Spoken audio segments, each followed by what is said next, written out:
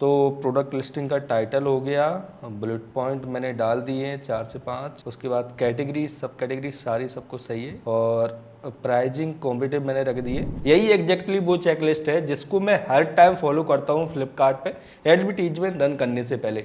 इसी वजह से मुझे कभी किसी फ्लिपकार्ट कैंपेन में 30x का ROI, किसी कैंपेन में 40x का ROI, इवन कई सारे कैंपेन्स में मुझे 50x का ROI भी मिलता है। तो किस तरीके से आपको ये चेकलिस्ट यूज करनी है और किस तरीके से आपकी हेल्प करती है, वही हम आज के इस वीडियो में डिस्कस करेंगे। ये चेकलिस्ट मैंने बड़ी मेहनत से बनाई है, तो सब्सक्राइब जरूर कर देना। उसके बदले में मैं इस चेकलिस्ट को डिस्क्रिप्शन में डाल दूंगा, वहाँ से आप डाउनलोड कर सकते हैं। तो चेकलिस्ट क्यों जरूरी है? क्योंकि जब आप फ्लिपकार्ट पे एडवर्टीजमेंट रन करते हैं तो यदि आपकी लिस्टिंग ऑप्टिमाइज नहीं है तो आपको ऑर्डर्स कम आते हैं, एडवर्टीजमेंट पे खर्चा ज़्यादा होता है। यदि आपकी प्रोडक्ट में रिव्यू सही नहीं है तो आपके एडवर्टीजमेंट पे खर्चा ज़्यादा होगा, ऑर्डर्स कम आएंगे।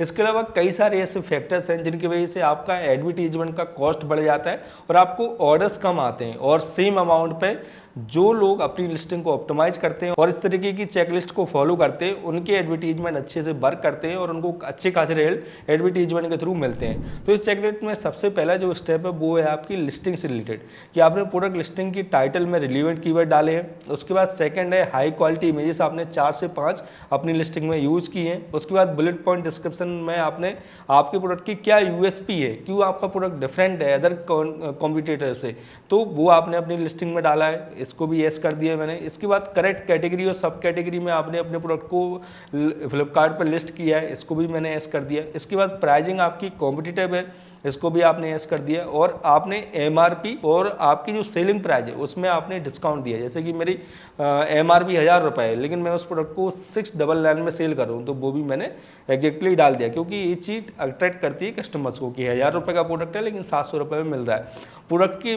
कलर या फिर साइज वेरिएशन अवेलेबल है तो वो भी मैंने डाल दिया, लेकिन मेरे में साइज वेरिएशन नहीं है। तो इसके बाद आता है इन्वेंट्री और फुलफिलमेंट का, कि मेरे पास मैं एडवर्टीजमेंट चला रहा हूँ तो मुझे नंबर्स ऑफ ऑर्डर इंक्रीज होंगे। अब ऐसा ना हो कि मेरा एडवर्टीजमेंट अच्छा परफॉर्म करना स्टार्ट कर दे और उसके बाद मेरा स्टॉक खत्म हो जाए, तो मैंने इन्वेंट्री अच्छे से स्टॉक कर ली है। उसके बाद फुलफिलमेंट आए, FBF या फिर सेलर फुलफिलमेंट, उसको भी मैंने सेट कर लिया है।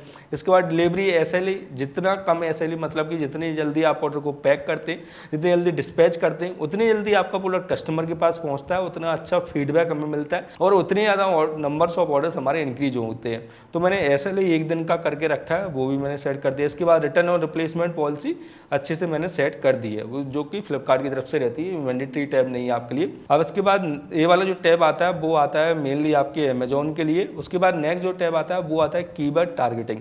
अब मैंने कीवर्ड टारगेटिंग में नेगेटिव कीवर्ड जो मेरी लिस्टिंग में आते हैं उनकी मैंने लिस्ट बना ली है। तो ये सारी चीज़ें आपको चेक कर लेनी है, उसी के बाद आपको फ्लिपकार्ट पे अपने एडवर्टीजमेंट रन करना है। तो एग्जैक्ट यही जो लिस्ट है वो मैं आपको डिस्क्रिप्शन में डाल दूंगा, वहाँ से आप डाउनलोड कर सकते हैं। किस तरीके से आपको फ्लिपकार्ट पे ROI कैंपेन क्रिएट करना है, कैसे आपको CPC कैंपेन क्रिएट करना है, ओवरऑल कैंपेन का स्ट्रक्चर कैसा आपको रखना है ताकि आपकी ऑर्डर ज़्यादा से ज़्यादा आए और खर्चे कम से कम हो। मैं ऑलवेज यही ट्राई करता हूँ फ्लिपकार्ट पर कि मुझे कम से कम खर्चे में ज़्यादा से ज़्यादा ऑर्डर्स आए, क्योंकि मुझे ऑलवेज प्रॉफिटेबल रहना है। हर एक प्रोडक्ट पे मुझे 10-20 रुपए नहीं बनाने, मुझे हर एक प्रोडक्ट पे 200-300 रुपए प्रॉफिट जनरेट करना है। मुझे नंबर्स ऑफ ऑर्डर्स कम आए लेकिन मेरा एग्जैक्ट जो रेवेन्यू है, मेरा जो प्रॉफिट है वो ज़्यादा रहे। वो मैं हर एक स्टेप में ट्राई करता हूँ कि मैं कर पाऊँ, और उसी में मैं आप लोगों की मदद करता हूँ अपनी वीडियोज़ के थ्रू।